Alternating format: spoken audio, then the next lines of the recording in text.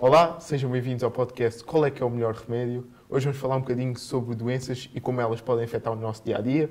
Estou aqui com a doutora Inês, muito bem-vinda, doutora. Obrigada. Queria falar consigo então como é que começou então nesta área das doenças, de onde é que surgiu este interesse então por esta área? Ok, muito bem. Então, antes de mais eu sou veterinária. Ok. E pode parecer um bocadinho estranho estarmos aqui a falar de doenças e como prevenir e de repente o que é para estar a falar com uma veterinária. Então, eu sou licenciada em veterinária, licenciei-me... Estas contas ficam difíceis de fazer, mas quase há 20 anos. Eu queria ir para a medicina, na verdade, não queria... A veterinária foi sempre algo que existia na minha cabeça, porque tenho tios veterinários, pai veterinária, mãe veterinária, portanto a veterinária foi sempre algo que existia no meu crescimento. Não entrei em medicina, a minha terceira opção era a veterinária e ali fiquei e contente. Portanto, logo desde o primeiro dia que entrei em veterinária estava, na verdade, em casa, porque eu conhecia bem o que iria fazer e sempre gostei.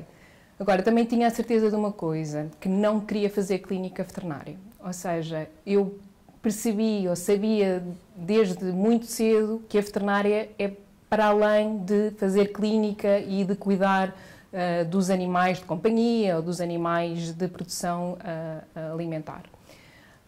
E, portanto, ao longo destes anos que eu tive na faculdade, tive que passar por todas as cadeiras, como é óbvio, mas sempre nas cadeiras ou nas disciplinas em que se abordava outros temas, nomeadamente as cadeiras de saúde pública, as cadeiras de microbiologia, portanto, algo que também tinha um impacto na saúde pública, na saúde humana, na saúde ambiental, foi sempre o que me despertou mais a atenção e sempre alerta para estes temas.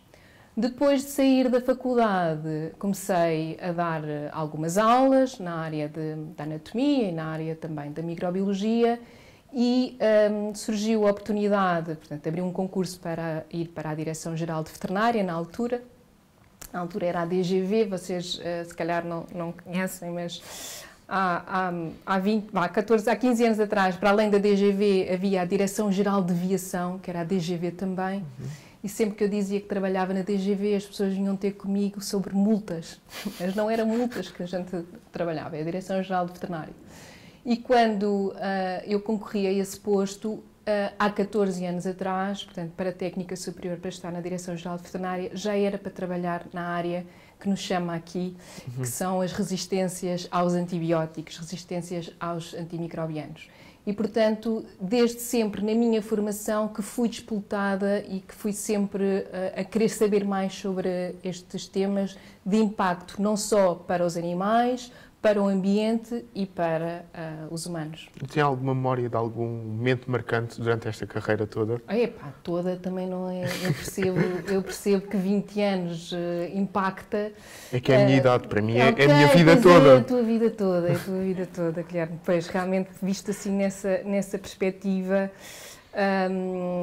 não sei, nunca fiz essa avaliação, mas se calhar saber que estamos a contribuir para todas as políticas que estamos a tentar implementar, saber que estamos a contribuir para um bem comum, visto assim um bocadinho com um passo atrás, é algo que impacta e é isso que nos move a continuar na nossa estratégia desta questão da uma só saúde e de vermos o impacto que estas questões têm na saúde de todos. Agora, falando do que nos trouxe aqui, o que é que são os micro-organismos e como é que eles nos podem afetar? Ok.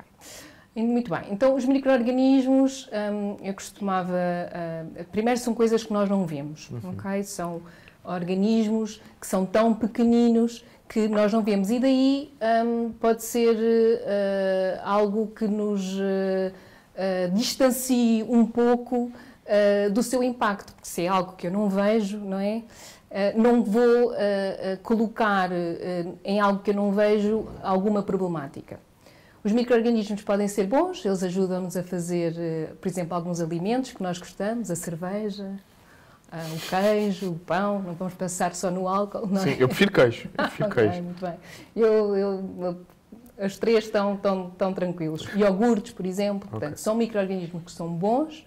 Existem micro-organismos que também existem connosco, portanto, nós não somos pessoas estéreis, os animais também não são são animais estéreis, portanto, nós todos somos colonizados por micro-organismos que nos ajudam as nossas funções, mas também existem alguns micro-organismos que são patogénicos. O que é que isto significa? Que causam doenças. Causam doenças nos animais, causam doenças nas pessoas e podem também causar doenças nos vegetais, por exemplo, nas plantas.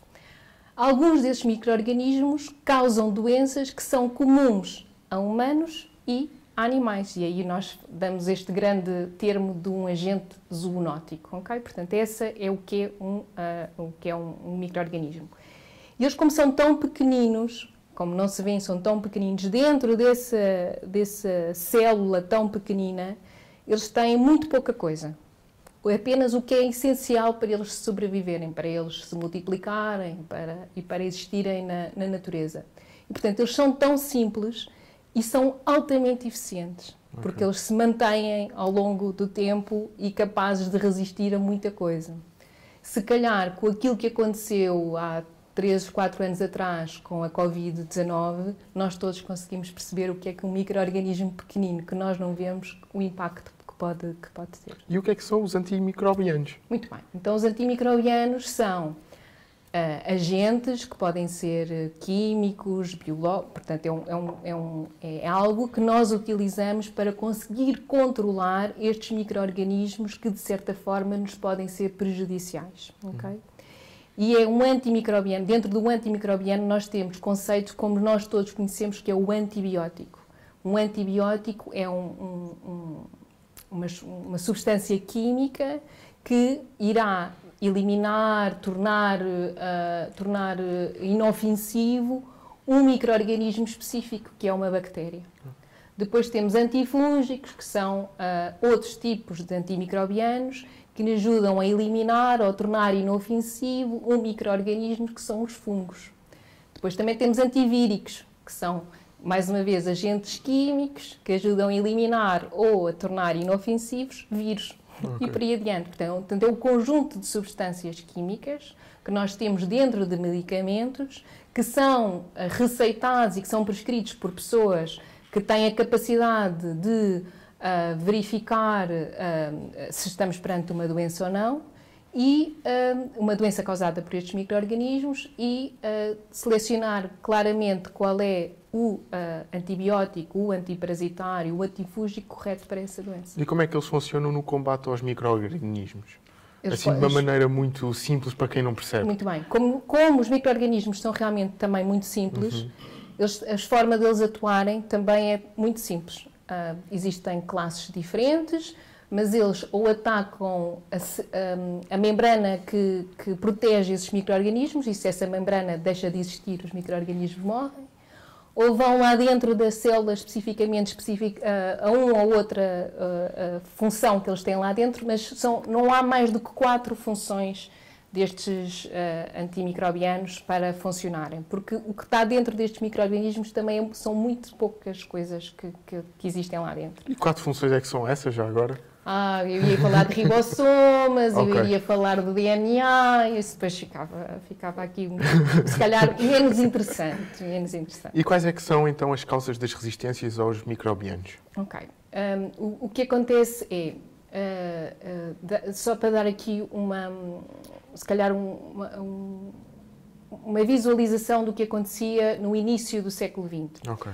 A esperança média de vida do início do século XX era aqui, sei lá, o problema são como é que se diz, as provas dos factos, não é? Mas não ia para além dos 40, 50 anos a esperança média de vida. E com o advento dos antimicrobianos, o que aconteceu, nomeadamente dos antibióticos, o que aconteceu foi que conseguimos debelar doenças que na altura ficávamos com a esperança média de vida nos 40 ou 50 anos. Okay. Portanto, aí por volta de 1920, 1930, com a descoberta dos primeiros antibióticos, a esperança média de vida das pessoas começou a crescer e por isso é que nós agora temos esta esperança média de vida maravilhosa dos 60 e 70 anos.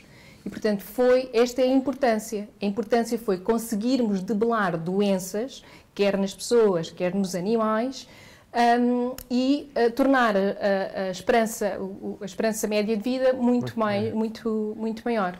E com isso apareceram outras doenças, não é? Portanto, agora se calhar o que nós ouvimos falar mais são dos cancros, de outros tipos de doenças que não existiam anteriormente, porque também a esperança média de vida era menor. E como é que surge a resistência aos antimicrobianos e porque é que cada vez tem sido uma preocupação crescente? Hoje em dia já conseguimos ter este tema cada vez mais no nosso dia-a-dia e os jovens falam sobre isso. Muito bem. Então, a resistência sempre existiu. O fenómeno, se não existisse, os micro-organismos não acabariam, de um momento para o outro, por deixar de existir. Portanto, existem micro-organismos que já são naturalmente resistentes a estas moléculas.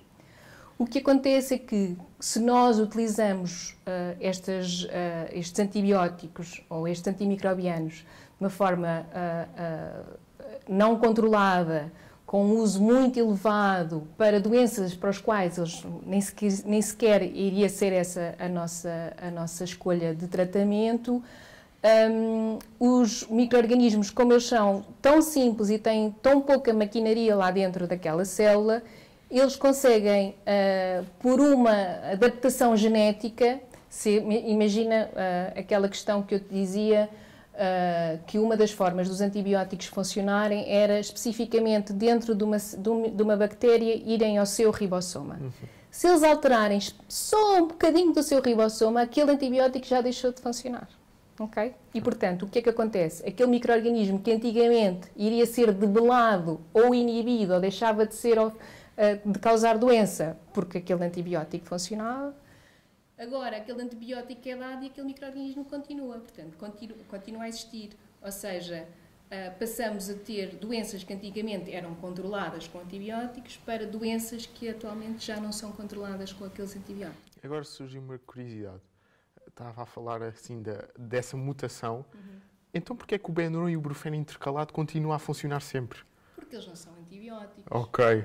Eles são anti-inflamatórios e antipiréticos. Eles não estão a atuar nas bactérias. Eles estão a atuar numa função do corpo que é termos febre. É importante termos febre, porque a nossa fisiologia, quando está mais quente, as coisas funcionam mais rapidamente. Só que a febre, a partir do momento, deixa de ser eficaz. Portanto, esses medicamentos que tu estás a falar não atuam nos antibióticos, não atuam nos micro-organismos, atuam em funções fisiológicas tuas. Okay? É diferente do antibiótico. Ok, e quais é que são os desafios então enfrentados no combate à resistência dos antimicrobianos? Os desafios são vários. Primeiro estamos a falar de uma questão que atualmente já tem impacto. Okay? Isto não é uma coisa do futuro. Não são aqueles filmes de ficção científica que nós víamos da pandemia, da pandemia que irá existir em 2500. Este filme não começa em 2500, começa com o que já está a acontecer atualmente. E, portanto, nós temos vários números que atualmente já existem mais de 1 milhão de mortes por ano causada por bactérias multiresistentes em humanos. Se nós dissermos só na Europa, em termos visuais, estes números já significava que um avião, um Boeing 747, se despenhava semanalmente na Europa e as pessoas... Portanto, é algo que já está atualmente a acontecer. E não é só em países remotos da Europa. Portanto, é mesmo em todo o mundo e é algo que está a acontecer agora e é um fenómeno universal. Portanto, este é o primeiro desafio. Não basta ser só um ou outro país a tomar decisões e a atuar, temos que ser todos a atuar da mesma forma. Portanto, este é o primeiro desafio, em se calhar países onde a prioridade não é, a prioridade, por exemplo, é ter alimentos disponíveis para toda a população, também estar alerta para esta problemática. Um outro desafio está relacionado com a ubiquidade dos micro-organismos, como nós vimos na pandemia Covid-19. Um micro-organismo que é resistente num determinado local, ele rapidamente se espalha por todo o mundo. E depois temos várias áreas de atuação. Nós não vamos atuar só na área da saúde humana, temos que atuar na área da saúde ambiental, temos que atuar na área da saúde animal e também na área de comportamentos das próprias pessoas e também com políticas que tenham por base um conhecimento científico para estabelecermos, primeiro, metas que sejam possíveis de atingir e que tenham realmente um bom significado e que consigamos.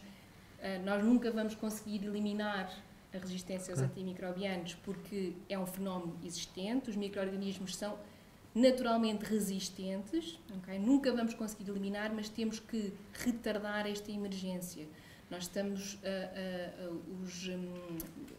as perspectivas que começaram a ser calculadas dizem que em 2050 o número de pessoas que será afetada diretamente por micro-organismos multiresistentes são 10 milhões. Portanto, 10 milhões de mortes por ano causada por estes micro-organismos resistentes. Isto significa a população de Portugal toda anualmente a ser eliminada.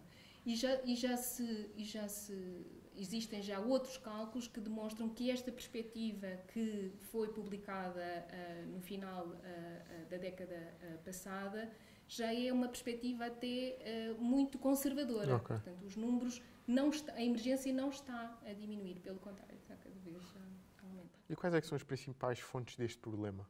Se existe alguma fonte que devemos ter cuidado, alguma coisa que temos mesmo de ter cuidado? Nós podemos, existem, como eu disse, são multifatoriais. Há algo que se está muito a focar, que é na própria utilização dos antibióticos, não só nos animais, mas também nas pessoas. Aliás, nós na última década, pelo menos aqui em Portugal, tivemos também muitas comunicações. Eu lembro perfeitamente de ir ao multibanco e existirem comunicações, os antibióticos não servem para tratar a gripe. Portanto, em termos da utilização do antibiótico, utilização correta e responsável do antibiótico, não só nas pessoas como nos animais, mas também todo um conjunto de processos que nós, como população, também pode fazer.